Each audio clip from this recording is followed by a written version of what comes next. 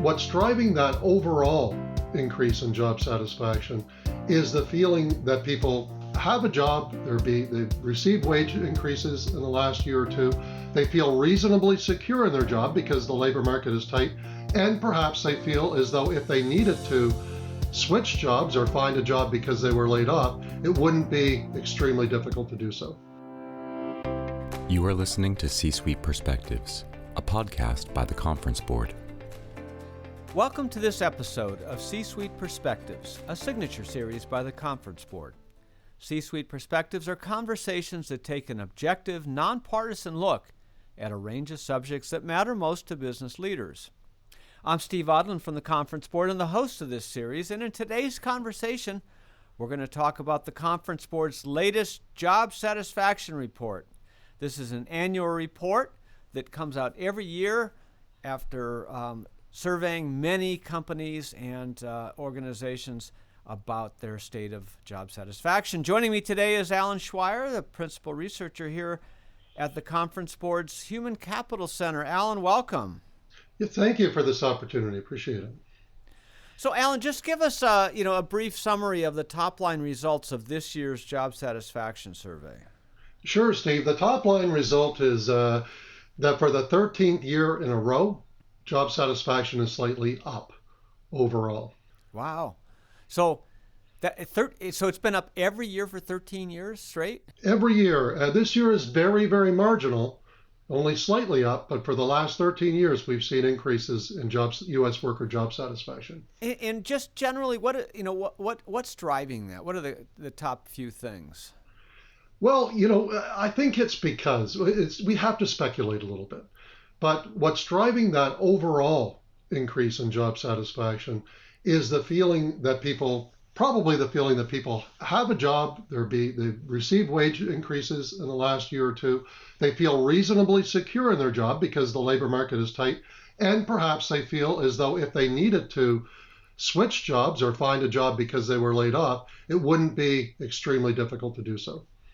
Yeah, and coming out of the pandemic, there was the great, what I call the great happy feet moments where everybody seemed to shift jobs, and so maybe part of it is that they're relatively new in positions or companies, and it's still going kind of well. Maybe that's part of it. So, but there was a little discrepancy here in the data on this report, Allan. You had the top line which went up, as you said, a little bit. But then when you get underneath it and you get to all the subcomponents of job satisfaction, there were some problems in here. There's some, or opportunities, I guess we should say, for companies. Yeah, you're right. That was a real surprise to see. We've been doing this survey, the Conference Board, since 1987, as you know, and that makes it the longest ongoing satisfaction survey of its kind in the country. And this has never happened before, what you just described, where overall job satisfaction was up, but every single component that we measure, which is 26 components, were down. Last year, every component was up, including overall job satisfaction. So you're right, it's a paradox.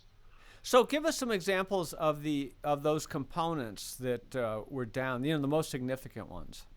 Well, things like wages, bonuses, workload were down, health plans, so-called hard or tangible benefits were down.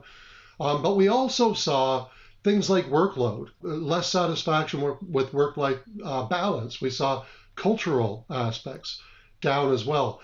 So all of the aspects were down, but some of them were down further than others, yes. You kind of scratch your head on that. I mean, if you talk to people about every little piece and they're, I don't feel great about that, or I wish that was better, I wish that was better. But overall, yeah, it's good. So does that mean that, we have a lot of little complaints, but overall, when you add it all up, they're not significant enough to change our attitude?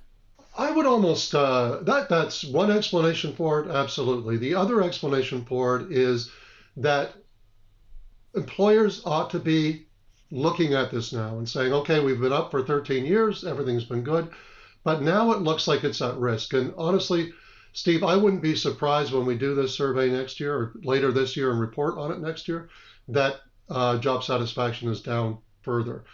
And, the reasons for that are things like inflation, things like wages not keeping up with inflation, perhaps. But also, we talked about how strong the job market is and how strong the economy is. But there are a lot of things out in the world right now, geopolitically, that aren't right. There's an election coming up. There's an economy that a lot of organizations are predicting is going to fall into recession at some point. And I think most importantly, it actually isn't as easy to switch jobs and receive a pay raise as it was in 2022.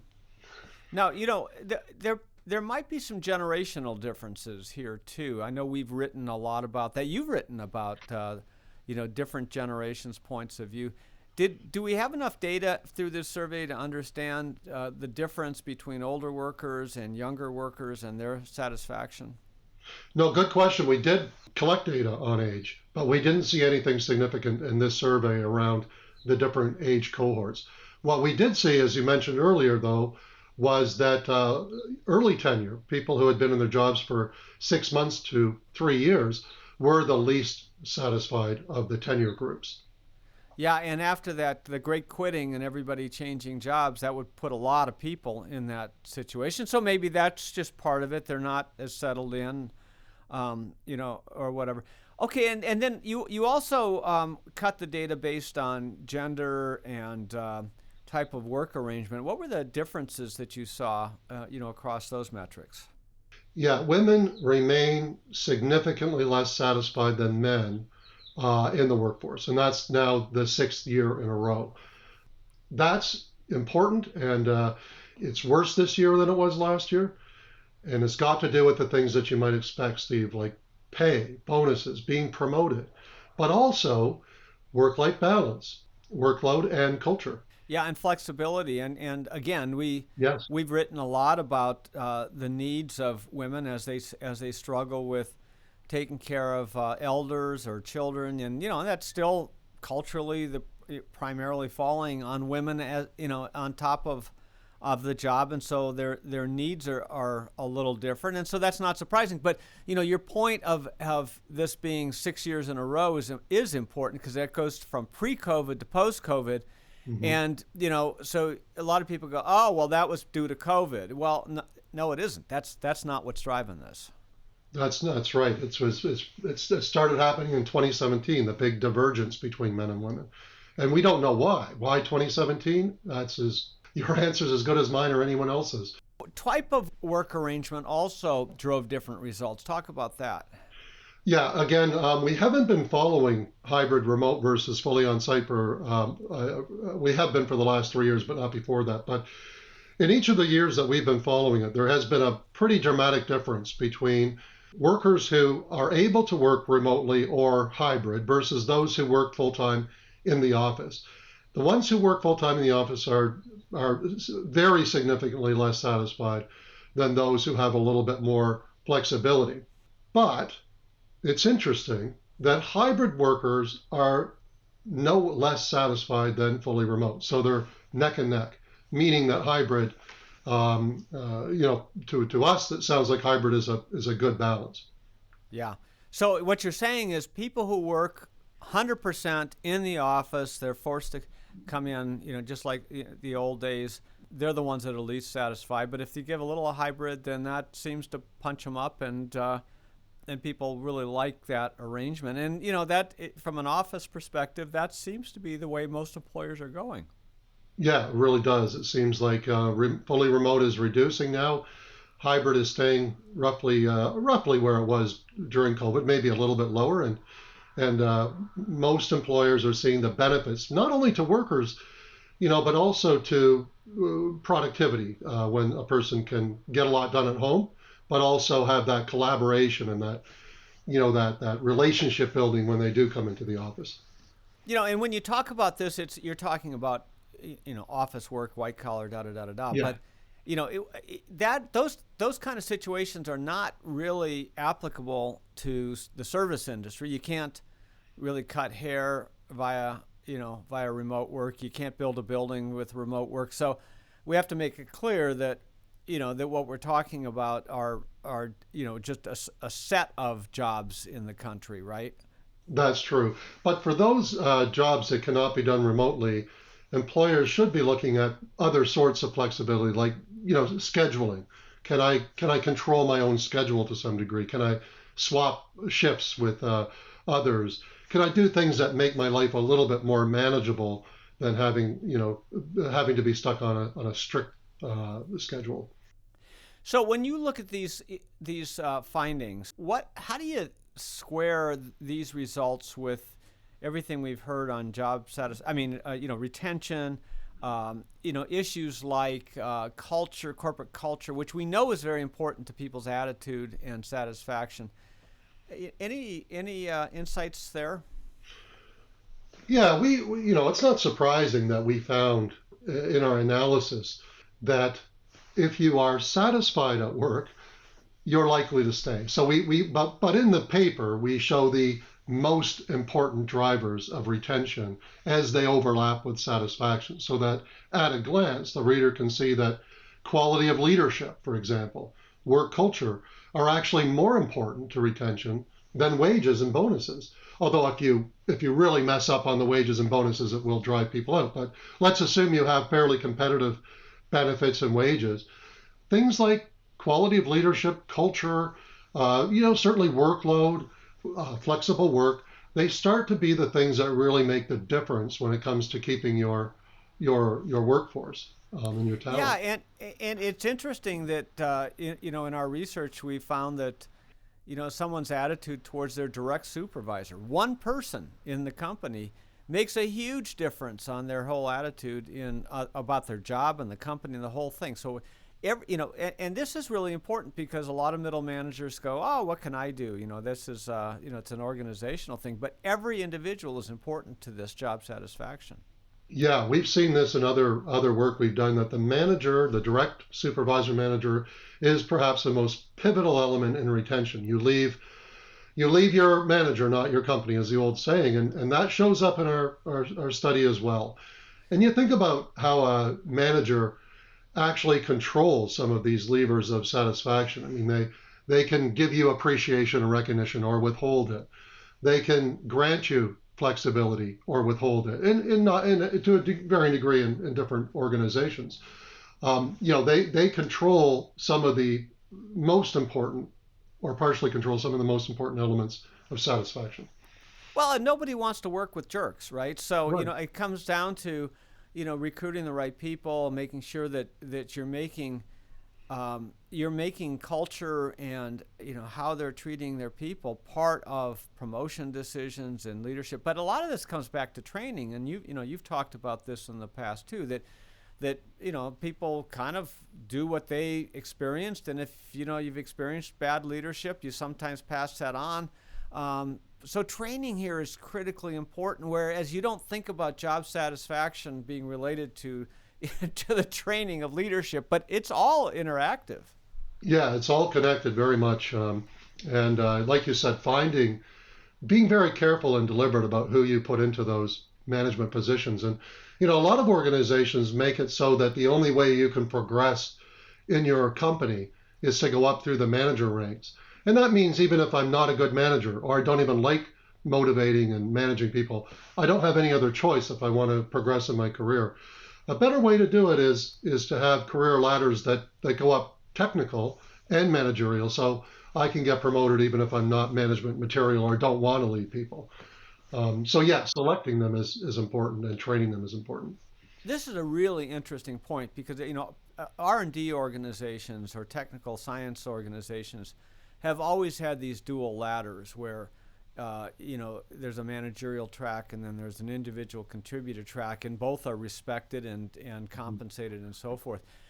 But what I hear you saying is that whole concept could be taken more broadly throughout an organization and enhance job satisfaction really on both sides. Yeah, absolutely. I think it takes a bit of creativity, but organizations do that, create those two ladders for that reason. We're talking about the latest Conference Board Job Satisfaction Survey. We're going to take a short break, and we'll be right back.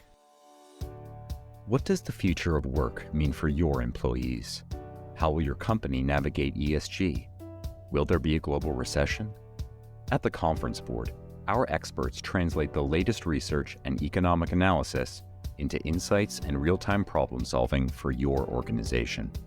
Membership at the Conference Board provides your team with an assortment of knowledge from economics, marketing and communications, ESG, public policy, and human capital. As a member, you'll have access to our center experts, member-exclusive events, data and benchmarking tools, and peer sharing that will help you understand the present and shape the future. Consider becoming a Conference Board member today by visiting www.conference-board.org. Welcome back to C-Suite Perspectives. I'm your host, Steve Odland from the Conference Board, and I'm joined today by Allan Schweyer, Principal Researcher at the Human Capital Center of the Conference Board. Okay, Allan, back to the survey. You mentioned earlier that it was people that were shorter in their tenure, between 3 and 6 months, that had a big decline. You talked a little bit about this earlier, but I just wanted to come back to it because that's a big deal. I mean, what does it say about the need of companies to sort of engage people early in their tenure with the company? Yeah, I think it says that onboarding is just as important as we always hear it is. It's often overlooked. It's often only for a couple of days or a week. It needs to be ongoing, well past the 6-month mark, where you bring a person into an organization and really make them feel included, weave them into the organization so that they feel part of it. And that's even more important in hybrid and remote work, obviously. And some of these people who have 0 to 3 years experience have never met their supervisor or colleague in person because it's during COVID. Others have only met them a few times. Sometimes those relationships haven't been allowed to really form, and therefore that trust hasn't been allowed to form. So you do need to be even more careful about that early experience in this day and age. Yeah, how much of this is the grass is greener syndrome, where you get hired away, people get hired away, for a little more money, maybe, and the sales process, because it is a sales process to recruit somebody, is wonderful, and then they get there and they go, well, this is not any better than than any place else, or in fact maybe it's worse, or I was sold a bill of goods. How much of it is that dissonance, between the recruiting process and the actual experience? Yeah, and it's so true. So in this survey, we asked people who have left their job during or after the pandemic, and those who did not leave their job in that time period. Last year, let's 2022 survey, those who had left were more satisfied across the board, every single category. In 2023, they were significantly less satisfied than those who stayed in their positions overall, and then across most of the individual components. So we saw a complete shift, and the grass is not greener with these people. And so those are the same people who are in that 0 to 3 year tenure, right? So if they left their job, yep, they probably got offered 10, 20, even more percent greater wages. And now they're starting to see things. And what we see reflected in the survey is they're seeing that the career path isn't as good as it was in their old company. The culture isn't as strong as it was in their previous role. There's things you may not look at if you're not careful when you're dangled with a higher salary and lured into a new job. So it's really interesting. I think you're absolutely right. Yeah, and it's a lesson for everybody that money does not make happiness, and if you're happy in your position and then maybe you're better off working with your current employer to also make sure that the expectations on career advancement and everything else are met, because it's an organization that knows the individual, and the individual knows the organization, and there's comfort to that. It's just really hard for people to change. Everybody likes change as long as it relates to somebody else. But it's hard. It's hard for companies to take in all these new employees too. But it comes back to an opportunity for companies to really think through whether their work experience and their culture is consistent with their sales process, and then what do you do to really get people engaged in those early years? Right. Yeah. Well, and aside from pay, you've hit on some of these things. Invest in show them there's a career path. Show them that if they stay with the organization, they can fulfill their career aspirations rather than having to leave to do so. And that means good succession planning that extends throughout the organization and strong investment in L&D. The other thing that I hope readers will take away from it and listeners will take away from this is that if you've lost someone that you really didn't want to lose in the last 6 months, even a year, make a call to them and see if they're still happy, because they may not feel confident to reach out to you and ask for their old job back. But if you invite them back, they might just take you up on that.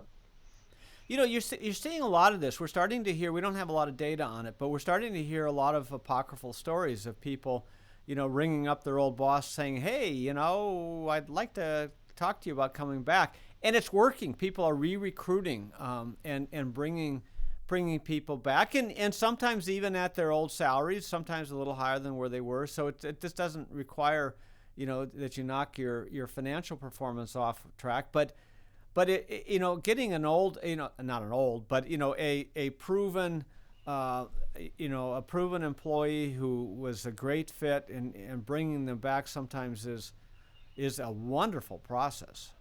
Yeah, it shows. I think it sends a signal too. So you're getting someone back, like you said, who's a known quantity, someone who you don't have to bring up to speed, someone who you know is going to hit the ground running and do well. But you're also the rest of the organization saying, wow, maybe the grass isn't really greener on the other side. Yeah. Now, you talked about flexibility as a key, particularly when you're dealing with gender differences. But how do you think? How does a corporate leader, CHRO, how do you balance the needs of the company versus the wants and the needs of an employee? In other words, you're in an organization, you're constantly balancing customers, employees, owners, community, all the multi-constituencies. What's the right balance there? Because if you said, okay, we're going to make this perfectly wonderful for our employees, I mean, you could really mess up your experience for your customers. Yeah. You know what? I don't think most employees want that free for all, give me everything I've asked for. I really don't. I think employees are driven by purpose and mission, and they're driven by being granted autonomy, but with accountability. So, when a leader says we've got these ambitious but achievable goals, we've got a mission we need to fulfill, we've got values that we uphold, and you're expected to do that, but we're going to give you leniency in how you do that. We're going to let you work hybrid. We're going to give you, a generous PTO and expect you to take that PTO. If a person's sick in your immediate family, we're going to give you time off. But I don't, I really truly believe most employees get up in the morning wanting to contribute, and the right balance is expecting a lot from them, extending a lot of trust and autonomy, and then obviously measuring the results.